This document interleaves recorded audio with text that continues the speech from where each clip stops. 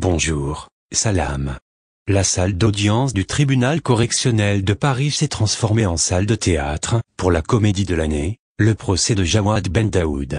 Vendredi 26 janvier s'est déroulée la troisième journée du procès de l'hébergeur des terroristes des attentats de Paris du 13 novembre. La question centrale du procès, Jawad Ben Daoud était-il au courant du projet terroriste des deux personnes qu'il a hébergées dans le squat, qu'il louait à Saint-Denis? L'ambiance dans la salle est tendue, entre menaces de l'accusé et démonstrations de force des avocats de la partie civile. Jawad Ben Daoud, devenu célèbre pour son intervention sur BFM TV où il explique qu'il a rendu service, fait le show entre débits de paroles dignes d'un rappeur, métaphores sans queue ni tête et déclarations ahurissantes. Alors qu'il risque jusqu'à 6 ans de prison et qu'il doit convaincre et persuader la présidente Isabelle Prévost-Desprez ainsi que les familles des victimes, Jawad se lance dans des propos surréalistes. Non mais franchement, vous pensez vraiment que si j'avais su que j'avais des terroristes à la maison, je serais rentré tranquille chez moi comme je l'ai fait ce soir-là, petit sandwich escalope boursin et petit film Netflix? Encore un petit peu de gastronomie, on m'a vendu un bœuf bourguignon, j'ai fini avec un couscous, personne ne m'a mis au courant. Sur la tête de mon fils, je ne savais pas que c'était des terroristes. Il cite Joe Star, c'est comme si Joe Star rejoignait Daesh. Ça a très peu de chances d'arriver. Et même Snoop Dogg, comme si vous me disiez que Snoop Dogg fait des soirées avec Ben Laden. La présidente reste de marbre et tente de recentrer le débat, on va laisser Joe Star en dehors de tout ça. Jawad parle tellement vite que plus personne ne comprend vraiment ce qu'il dit. En quelques minutes, il a évoqué une fille mariée au frère du footballeur Lassana Diarra, Snoop Dogg et Ben Laden. Il en vient lui-même à perdre le fil. Excusez-moi madame, j'en étais où? Il explique alors que son cerveau ne tourne pas rond. Madame, ça fait 27 mois que je suis à l'isolement, mon cerveau il me joue des tours. Le prévenu avait avant cela montré de l'agressivité envers la partie civile. Vous êtes un voleur de mobylettes. Je sais pas ce que vous essayez de faire. Attention à ce que vous dites. Vous essayez de faire quoi? Parce que moi je vais venir vous voir à votre cabinet. Avant d'ajouter, vous êtes atteint psychologiquement, comment vous avez le culot de porter cette robe? Retourne à ta place, je ne parle pas avec toi.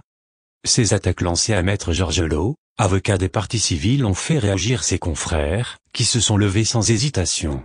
La défense fait de même, l'audience est suspendue par la présidente et ne reprendra qu'une heure plus tard. Même le procureur avait eu le droit à une remarque déplacée lorsqu'il interroge sur le caractère suspect des terroristes. Je vais parler avec vous, je vais voir que vous êtes un peu efféminé, je vais me dire que vous êtes homo. À la reprise de l'audience, il lance donc des propos venus de l'espace et s'enfonce. J'étais en train de danser sur les magnolias de Claude François quand il y a eu les attentats du Stade de France. Un pote me dit il y a un attentat au Stade de France. Il tente de s'expliquer sur son activité digne d'un Airbnb clandestin. Madame, il y avait un billet à prendre, je ne vais pas cracher dessus, même si c'est 20 €. Il raconte ses relations avec les femmes et la drogue. J'ai une petite information à vous donner. J'ai trompé ma femme avec une copine. Le 13 novembre, elle m'annonce qu'elle est enceinte.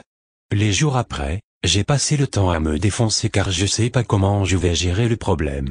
Il explique les faits avec une totale décontraction. Lorsque la présidente lui demande quand Mohamed Souma vous appelle le soir du 17, vous êtes où? Je suis formel, j'étais dans ma salle de bain, tout nu et rempli de mousse.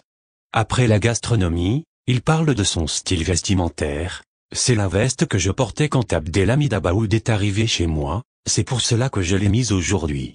Jawad Ben Daoud est tout de même sérieux sur un point. Moi ça me choque de voir des gens blessés venir, mais si on cherche à me responsabiliser, à dire que je suis le responsable, je suis pas d'accord. Quand vous avez un mort sur la conscience, vous n'avez pas envie d'en rajouter 130. Est-ce une simple erreur de la part de Jawad Ben Daoud ou une réelle complicité? Bilal Blemokono, une victime de l'attentat du Stade de France répond, je pense qu'il fait une erreur. Qu'on soit impliqué de près ou de loin, on a une responsabilité.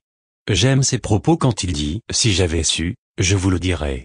On est responsable si on va au bout du procès, ce qui est de dire « J'accueille des gens chez moi ».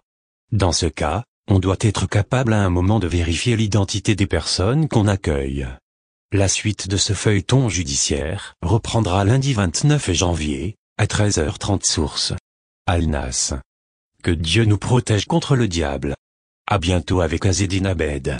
Assalamu alaikum mes frères et sœurs.